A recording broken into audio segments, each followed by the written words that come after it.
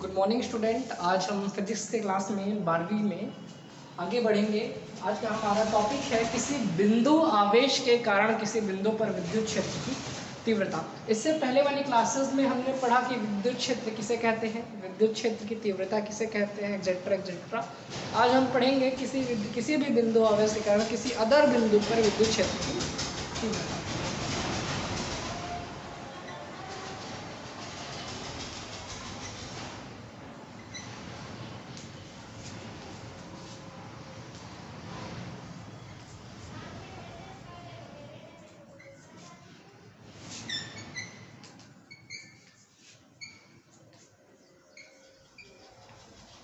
किसी बिंदु पर तीव्रता।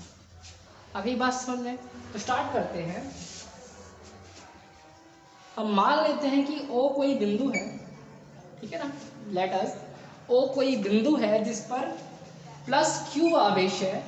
इससे स्मॉल r दूरी पर एक बिंदु P है जहां हमको विद्युत क्षेत्र की तीव्रता ज्ञात करनी है। दिस इज द कॉन्सेप्ट कि हमने माना कि O कोई बिंदु है जिस पर प्लस Q आवेश है। इससे स्मॉल दूरी r पर बिंदु P है जहां विद्युत क्षेत्र की तीव्रता हमें ज्ञात करनी है। हम क्या करते हैं, बिंदु P पर एक परीक्षण आवेश टेस्ट चार्ज की कल्पना करते हैं, क्योंकि ये जो कूलाम का नियम है दो चार्जों पे डिपेंड करता है। एक किसी चार्ज की वजह से किसी पे बल नहीं लगता है।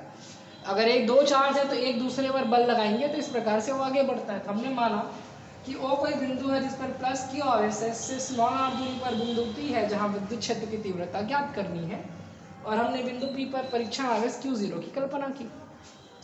तो हम अगर आगे बढ़ते हैं तो हम पाते हैं कि अकॉर्डिंग टू कूलाम के नियमानुसार,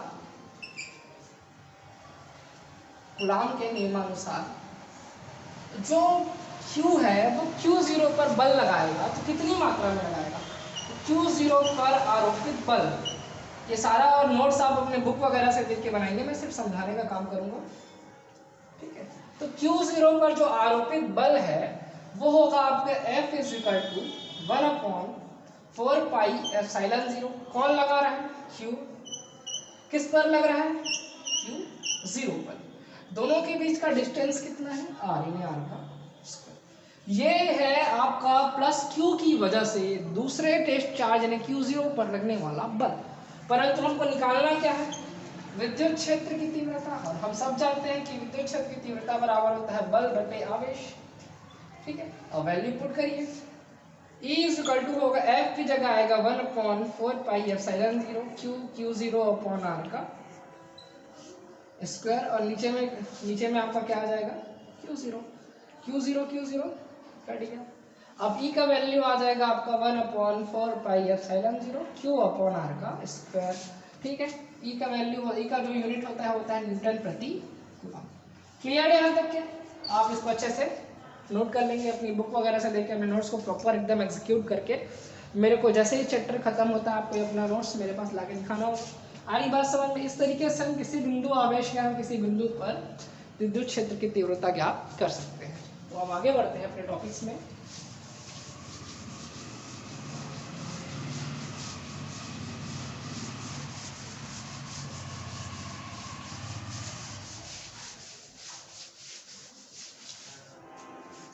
हमारा नेक्स्ट टॉपिक है विद्युत द्विध्रुव। अब विद्युत द्विध्रुव क्या होता है, तो देखिए, दो विजातीय ध्रुव, ठीक है ना, समान परिमाण के, जिनका मैग्नीट्यूड सेम रहता है, समान परिमाण, विजातीय आवेश और अल्प दूरी। आ गई बात समझ में? अगर दो समान परिमाण के विजातीय आवेश एक दूसरे से अल्प दूरी पर स्थित हों तो इससे बना निकाय कहलाता है आपका विद्युत द्विध्रुव। सिंपल सा डेफिनेशन है। विद्युत द्विध्रुव किसे कहते हैं कि जब दो समान परिमाण के विजातीय आवेश एक दूसरे से अल्प दूरी पर स्थित होते हैं तो इससे बना निकाय आपका कहलाता है विद्युत द्विध्रुव।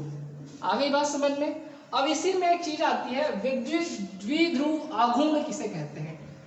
इलेक्ट्रिक डायपोल मोमेंट, इंग्लिश में कहते हैं इलेक्ट्रिक डायपोल मोमेंट।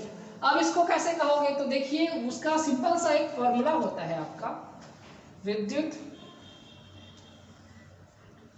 द्विध्रुव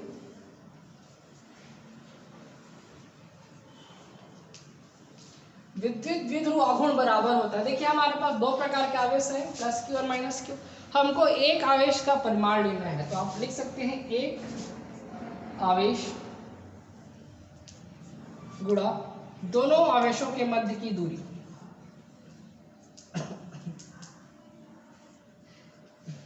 आ गई बात समझ में। एक आवेश कहने का मतलब हो गया आपका क्यू, परिमाण में लेना है, दोनों के बीच की दूरी कितनी है 2a। डायपोल मोमेंट को दर्शाते हैं p से, p इक्वल टू होता है q इंटू 2a। आवेश का मात्रक होता है कूलाम और दूरी का मात्रक होता है मीटर, यानी कूलाम इंटू मीटर। आगे बात समझ में। तो इस प्रकार आप कह सकते हैं कि दो समान परिमाण के विजातीय ध्रुव विजातीय आवेश एक दूसरे से अल्प दूरी पर स्थित हो तो वो कहलाता है विद्युत द्विध्रुव। तथा किसी विद्युत द्विध्रुव में एक आवेश तथा दोनों आवेशों के मध्य की दूरी का गुणनफल कहलाता है आपका द्विध्रुव आघूर्ण। आ गई बात समझ में। अब इससे रिलेटेड कुछ टर्म्स हैं हमारे, वो करेंगे हम।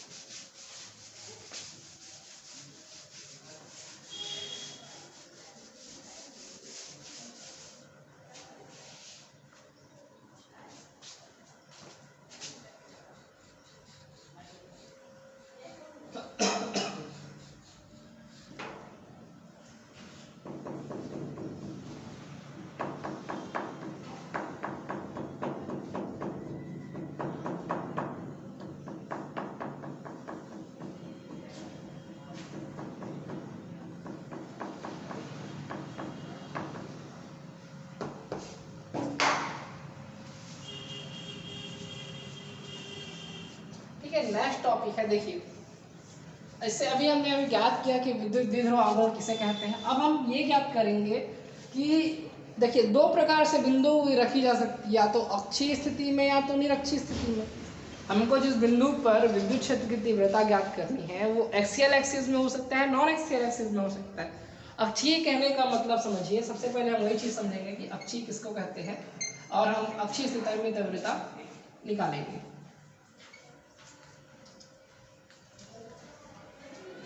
ठीक है, अक्षीय स्थिति में तीव्रता, तो अक्षीय स्थिति किसे कहते हैं, तो अक्षीय स्थिति के बारे में समझिएगा।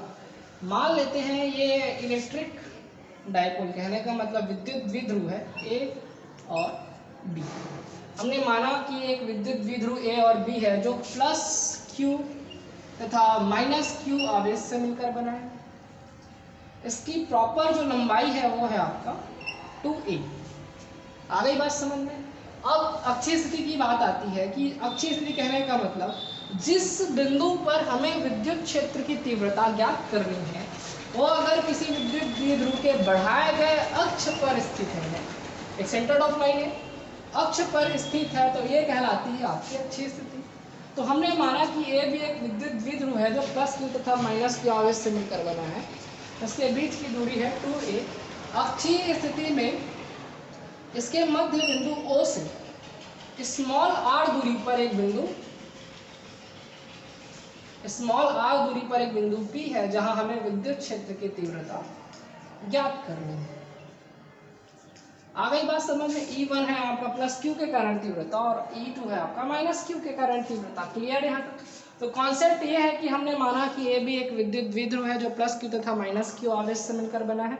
इसकी टोटल लंबाई है वो 2a है। इसके मध्य बिंदु O से स्मॉल r दूरी पर अक्षीय स्थिति में एक बिंदु P है जहां विद्युत क्षेत्र की तीव्रता क्या है। तो देखिए अब हम स्केलर क्वांटिटीज में आगे बढ़ते हैं। तो हम सबसे पहले देखते हैं कि प्लस Q के कारण तीव्रता, प्लस Q के कारण P पर तीव्रता, तो प्लस Q के कारण P पर तीव्रता E1 मान लेते हैं। सेम चीज है, अभी हमने निकाला है कि E बराबर क्या होता है 1/4πε0। ठीक है, Q नीचे में आता है R का स्क्वायर। तो देखिए आप समझिएगा कि हम किसकी वजह से निकाल रहे हैं, प्लस Q की वजह से। कहाँ निकाल रहे हैं, P की वजह से। तो प्लस Q किस पॉइंट पे A, और निकल कहाँ रहा है तीव्रता P पे, तो यानी क्या आ जाएगा डिस्टेंस AP का स्क्वायर। ठीक है। यहाँ पे ए पी का डिस्टेंस कैसे निकलेगा, तो देखिए हमको ए से पी तक का डिस्टेंस निकालने के लिए ओ पी को ओ ए से घटाना होगा। अब ओ ए का डिस्टेंस क्या होगा, देखिए टोटल लेंथ है हमारी 2a, अगर हम ये मिड पॉइंट है तो कह सकते हैं कि ये भी ए होगा और ये भी ए होगा। आ गई बात समझ में, दो बराबर भागों में बटेगा। तो अगर मैं r माइनस ए कर देता हूँ तो मेरे को देखिए यहाँ से लेके यहाँ तक का डिस्टेंस है ओ पी, यहाँ से लेके यहाँ तक का डिस्टेंस है ओ ए। अगर r से मैं ए घटा देता हूँ तो फाइनलाइज डिस्टेंस मेरा निकल जाएगा। ठीक है, तो यहाँ पे हो जाएगा आपका ए पी बराबर होगा r माइनस आपका हो जाएगा ए। क्लियर यहाँ तक के, तो 1/4 pi epsilon 0 q upon r minus a का होल स्क्वायर। इसी प्रकार से माइनस क्यू के कारण निकालेंगे हम, माइनस क्यू के कारण बिंदु पी पर तीव्रता, तो माइनस क्यू के कारण कितना आएगा आपका E2, E2 बराबर आएगा आपका 1/4 पाई एप्सिलॉन 0 क्यू। अब देखिए क्यू कहाँ पे, माइनस क्यू कहाँ पे है, बी पे है, कहाँ निकालना है बी पे, तो यानी बी पी का क्या हो जाएगा स्क्वायर हो जाएगा। बी पी का वैल्यू कितना होगा, तो देखिए जैसे उसमें हमने r माइनस ए किया था तो इतना डिस्टेंस से बढ़ेगा r से, और बी का डिस्टेंस r है, ओ से लेके बी तक का डिस्टेंस है, तो यानी r प्लस ए का होल स्क्वायर आ जाएगा यहाँ पे 1/4 pi epsilon 0 q upon r plus a का होल स्क्वायर। आगे बात समझ में, हमको प्लस क्यू के कारण तीव्रता और माइनस क्यू के कारण तीव्रता मिल चुका है। अब हम क्या करेंगे, दोनों को प्लस करके ये डिफाइन करेंगे ताकि हमको सिंपल सा जो परिणामी है वो मिल चुके। अब मैं डायग्राम निकाल देता हूँ, फिर डायग्राम का काम मेरा हो चुका है।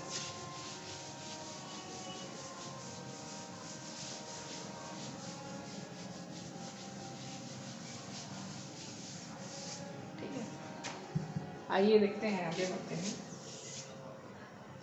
अब आते हैं परिणामी तीव्रता में। परिणामी तीव्रता होगा E सदिश बराबर E1 सदिश प्लस E2 सदिश। परंतु क्या है, जब हमने डायग्राम में देखा कि दोनों का वेक्टर चिन्ह अलग था, E का 1 उधर था और E2 का कहाँ था, इस साइड था।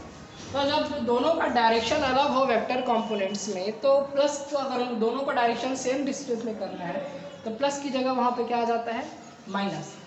ये ठीक उसी प्रकार समझिए, एक लॉजिक है कि अगर एक बच्चा पैसे खर्च करता है और एक बच्चा पैसा कमाता है, तो हमको उनके बीच का जो एरिया बीच का बचत निकालना होगा, तो जितना पैसा बचा है उससे खर्च होने वाले पैसे को घटाना पड़ता है। नॉर्मली हम क्या करते हैं, वहाँ पे माइनस करते हैं, मतलब दोनों की डायरेक्शंस अलग अलग हैं, एक खर्च करता है एक बचाता है, तो बचत पैसे को निकालने के लिए कैसे करते हैं, माइनस करते हैं। उसी प्रकार से E इक्वल टू क्या हो जाएगा E1 minus E2। Vector quantity में इसी प्रकार से आप क्या निकाल सकते हैं, रिजल्टेंट कंपोनेंट निकाल पाते हैं।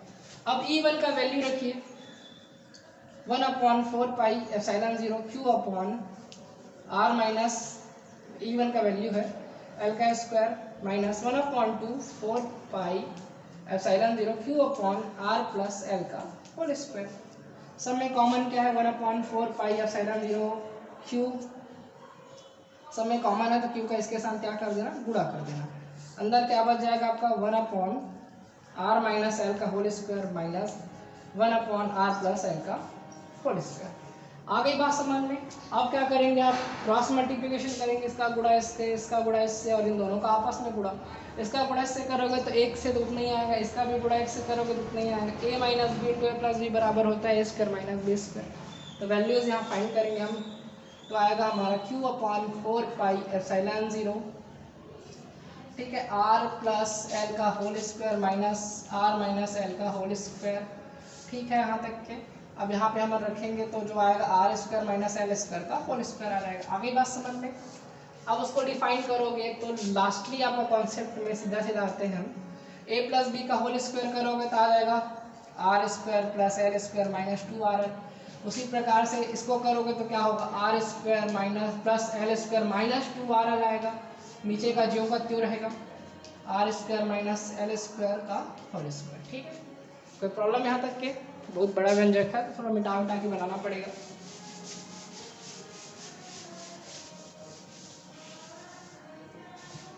तो आगे बढ़ते हैं।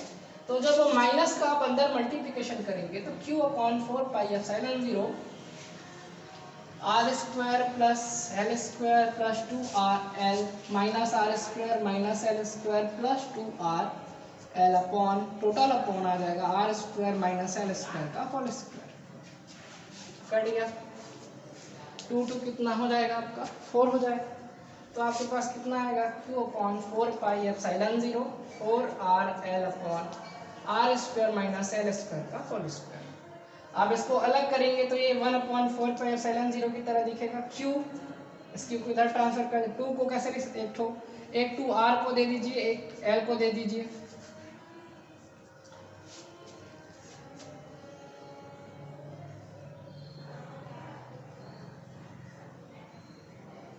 सॉरी मैं बीच में एल लेके बना दिया क्या, कोई प्रॉब्लम नहीं है। यहाँ पे आप क्या करेंगे कि जहाँ जहाँ हमने एल एल रखा है वहाँ पे आप ए रख देंगे तो बदल जाएगा वो चीज़। आ रही बात समझ में। तो क्यू अपॉन क्या हो जाएगा Q 2r into 2l upon में क्या आ जाएगा आपका R square minus L square. अगली बात समझ में। यहाँ पे जहाँ जहाँ हमने क्या किए हैं ए लिया वहाँ पे एल कर देंगे तो सुधर जाएगा। आ रही बात समझ में। ठीक है एल का स्क्वायर हो जाएगा। अब आप क्या करेंगे q इंटू 2l बराबर होता है द्विध्रुवांक गुण। हमने उसमें लिखा q इंटू 2a तो जैसे आप डिस्टेंस बदलेंगे 2a की जगह 2l लिखेंगे तो ये सेम चीज़ हो जाती है। q इंटू 2l बराबर होता है कैपिटल P। ठीक है तो ये 1/4 pi epsilon 0 q into 2l बराबर हो गया P बच गया आपका 2r और साथ में आपका ये अपॉन क्या आ जाएगा are square plus L square the power of whole square newton प्रति कूलम।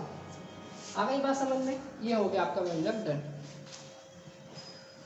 ठीक है कोई अगर कोई प्रॉब्लम होगा तो जब मैं इसको व्हाट्सएप में डालूंगा तो आप वहाँ पे क्वेश्चंस कर सकते हैं। ठीक है बच्चों।